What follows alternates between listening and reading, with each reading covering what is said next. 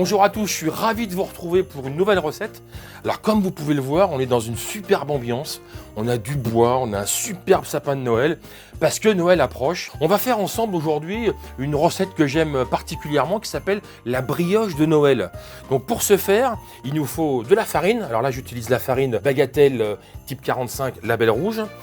J'ai zesté des oranges et des citrons, de la levure, du sucre, du sel, du miel, du levain liquide, des œufs label rouge également, tout comme la farine, donc je trouvais que c'était important de le faire, et du beurre.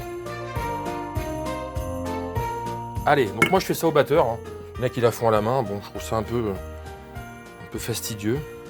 Donc la farine au fond. Alors les œufs je vais pas tout mettre, je vais en mettre que 3 pour l'instant. On va mettre le levain liquide, le miel, le sel et une partie du sucre. Le sucre, on va le mettre au fur et à mesure qu'on va pétrir, parce que le sucre, ça vient gêner la formation de la pâte. Donc je ne mets pas tout au départ. La levure. Et c'est parti, on va pétrir.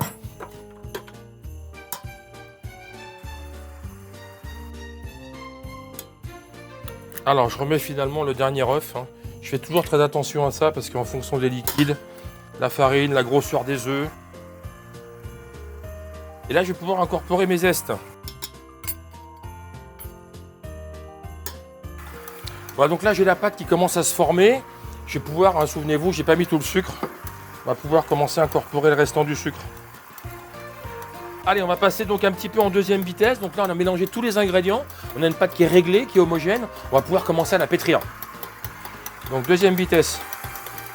Donc là, la pâte est complètement décollée de la cuve du batteur. Je vais pouvoir incorporer le beurre. Alors évidemment, j'ai les mains propres, hein. Donc moi, je suis en première vitesse. Et puis quand tout le beurre sera incorporé, on remettra un tout petit peu en vitesse rapide. Et ensuite, la pâte sera pétrie.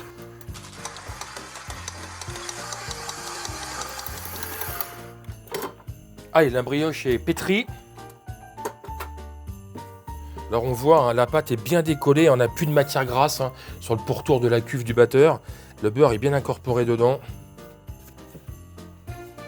Donc là, j'ai sorti la pâte à brioche. Alors moi, il y a une chose que j'aime bien faire, c'est ça. Et je la reprends toujours un petit peu à la main. Et donc là, maintenant, cette pâte, on va la laisser poser une petite heure. On se retrouve tout à l'heure pour la suite de la recette. Alors maintenant, on va préparer la macaronade. La macaronade, ça va venir se poser sur le dessus de la brioche pour faire un petit peu, comme son nom l'indique, hein, une espèce d'imitation de macaron. Alors pour ce faire, il me faut des blancs d'œufs, du sucre et de la poudre d'amande. Donc là, c'est vraiment très simple, hein. On mélange tous les ingrédients.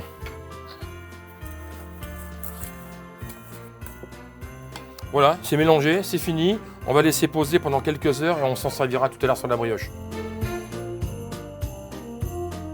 Alors, on se retrouve pour la suite de la recette de la brioche de Noël. Alors, la pâte a bien fermenté, hein, pendant 1h30. Vous voyez, ça fait une jolie boule dessus. Je l'ai récupérée au bout de 30 minutes. Je l'ai reformée. On appelle ça donner un rabat. J'ai refait une jolie boule. C'est pour ça qu'elle est bien ronde. Voilà, donc là, maintenant, on la récupère. Alors, un tout petit peu de farine sur les mains. Un tout petit peu de farine sur la balance. Et là, on va faire 3 petits pâtons.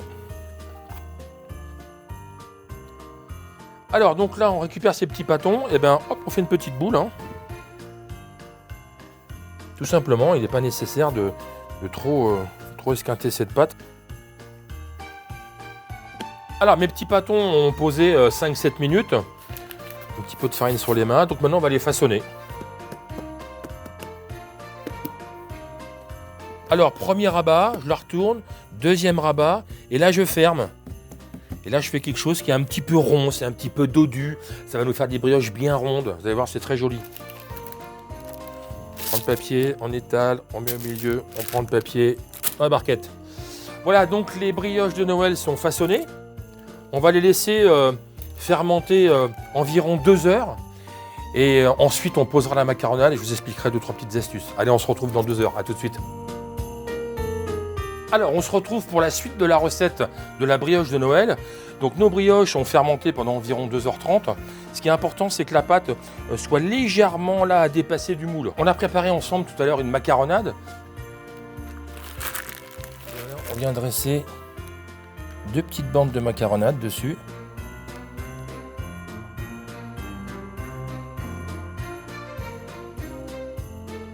Petit outil indispensable, moi j'ai une petite spatule. Et là on va étaler délicatement la macaronade sur la brioche. Alors on y va délicatement parce que la brioche a poussé. Donc c'est fragile. Alors on aurait pu laisser la macaronade comme ça, toute nature dessus. Moi j'ai décidé, côté gourmand, je vais rapporter quelques amandes. On va mettre des petites amandes en forme de bâtonnet. Du sucre glace. Voilà, nos brioches de Noël sont prêtes à passer en cuisson. Donc là, j'ai réglé le four à 160 degrés et on part pour 30 minutes de cuisson. Allez, c'est parti. Voilà, donc la brioche de Noël. J'espère que cette petite recette vous aura donné envie. Et écoutez, maintenant, c'est à vous de jouer et je vous souhaite de vous régaler. À très bientôt pour une nouvelle recette.